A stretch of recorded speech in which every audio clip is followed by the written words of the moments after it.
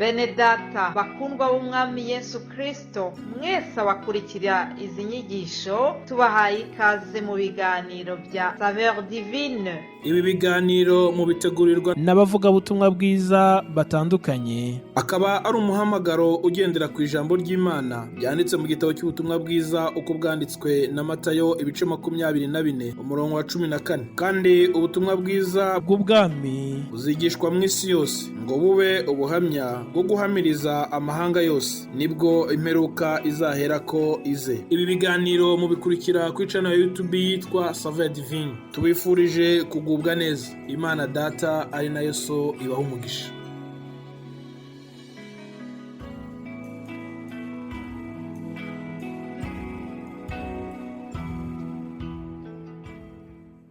Amahoro y'Imana bane namwe bavukanye mwese muri Kristo Yesu.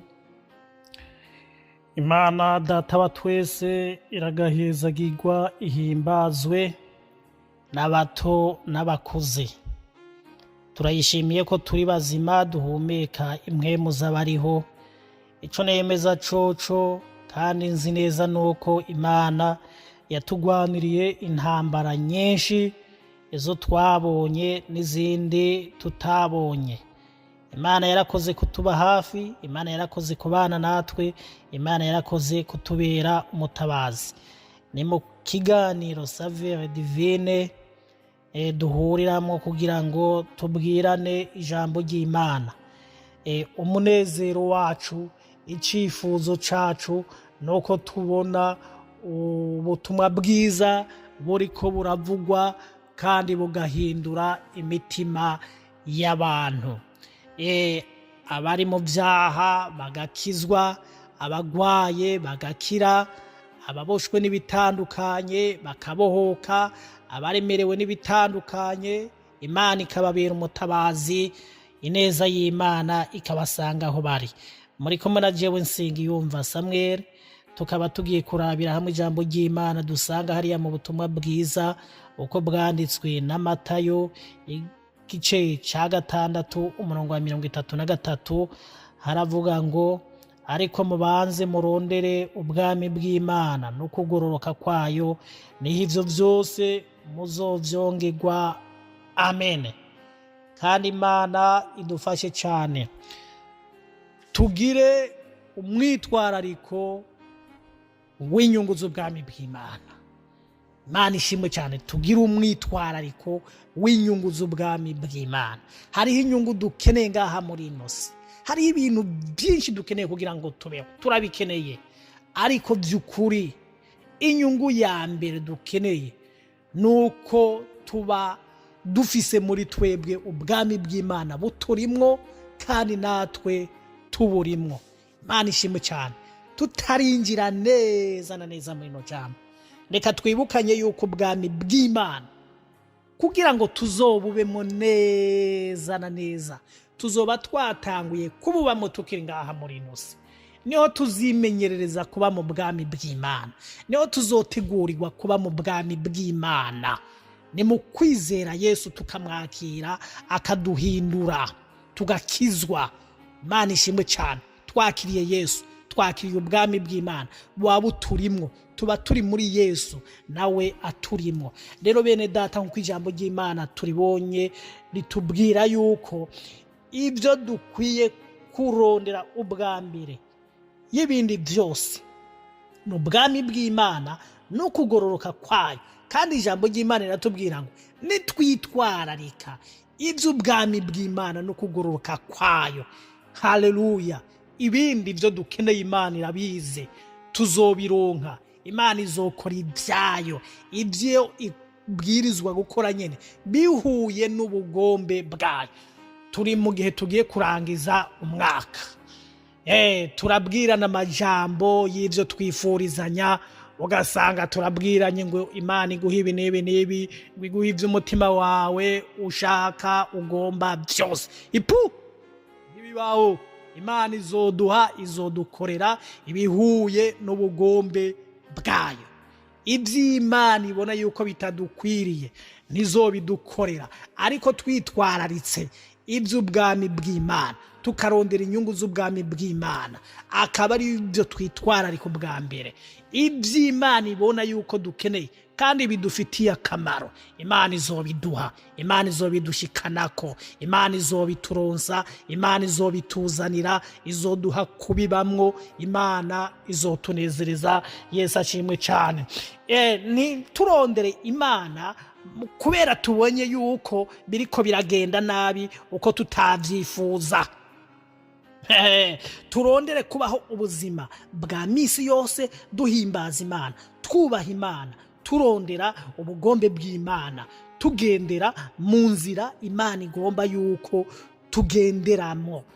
Ijambo ry'Imana ntiritubwiye yuko ari rimwe na rimwe kugira umwitwarariko w'ivy'ubwami bw'Imana, ariko ni misi yose mu buzima bwacu, ibyo twiyumvira ubwami bw'Imana, ibyo dukora turabe yuko birahimbara Imana. Imana irabinezererwa, yes, Imana irabishingira intahe. Mu ntunge nari ngiye gukoresha ijambo ry'igifaransa, ariko hariho abashobora kutwumviriza badatahura ubwo rurimi, ibyo nibisanzwe. Imana kandi idufashe cyane. Mwene data unyumviriza, tugire umwitwarariko w'ivy'ubwami bw'Imana imbere y'ibindi byose. Nimba mariage igitevye, tugira umwitwarariko w'ivy'ubwami bw'Imana. Mariage imaze kuba, tugira umwitwarariko w'ivy'ubwami bw'Imana. Tugikenye canke tumaze gutunga, dukomeze tugire umwitwarariko w'ivy'ubwami bw'Imana imbere y'ibindi byose.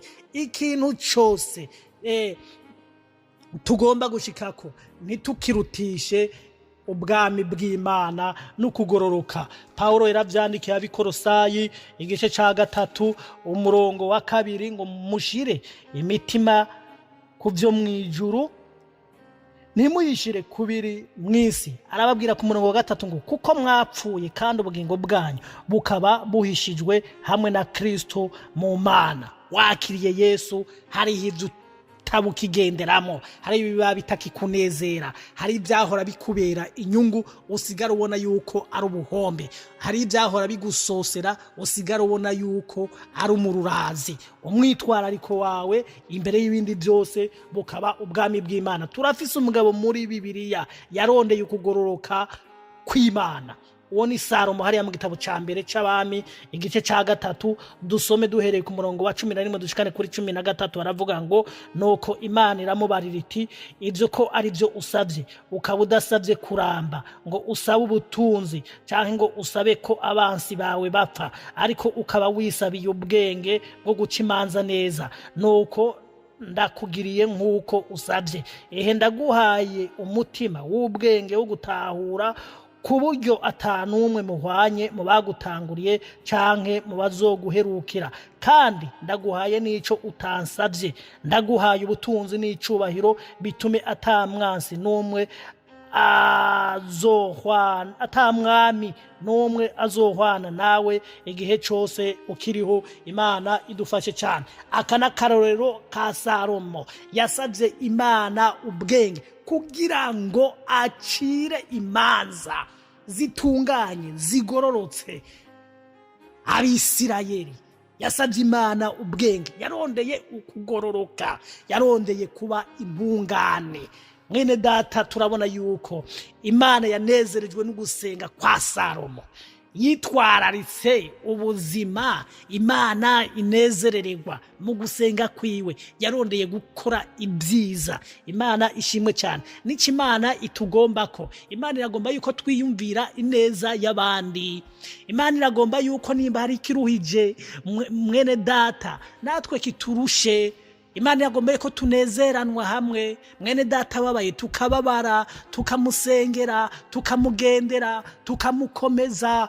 Nimba buzi cyafungura tukamugaburira, tukarabana, tukaba bavukana by'ukuri ko dusangiye data umwe, ko dusangiye umwami umwe. Ariko Imana iramwumvira iti Salomo, kudasabye yuko abansi bawe bahona, kudasabye ubutunzi, ubwenge ndabuguhaye. Yarondeye ukugororoka, ariko Imana iramubwira ngo nidutasabye navyo nyene ndabiguhaye. Ubutunzi n'icubahiro ndabiguhaye. Nta mwami n'umwe azohwana nawe igihe cose uzoba ukiriho. Imana idufashe cyane. Aka n'akarorero ko muri Bibiliya.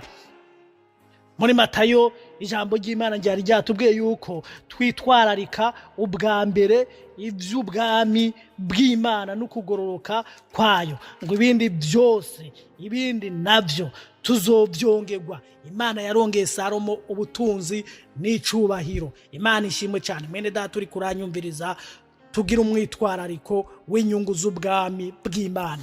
Ibindi byose dukeneye, ibihwanye n'ubugombe bw'Imana, ibitugirira akamaro, iby'Imana ibona yuko dukwiriye, izobiduha. Yesu aguhezagire, Yesu akugirire neza. Ndinginga Imana kugira ngo iri jambo iri gushiremwo, iri gutahuze, iri jambo rihindura imitima, rikomeza imitima, rimurikira imitima. Abagwaye ndabingingira Imana mu izina rya Yesu Kristo umwami wacu, kugira ngo ubushobozi bw'Imana bukiza bubururukire abananijwe n'ibitandukanye, baremerewe.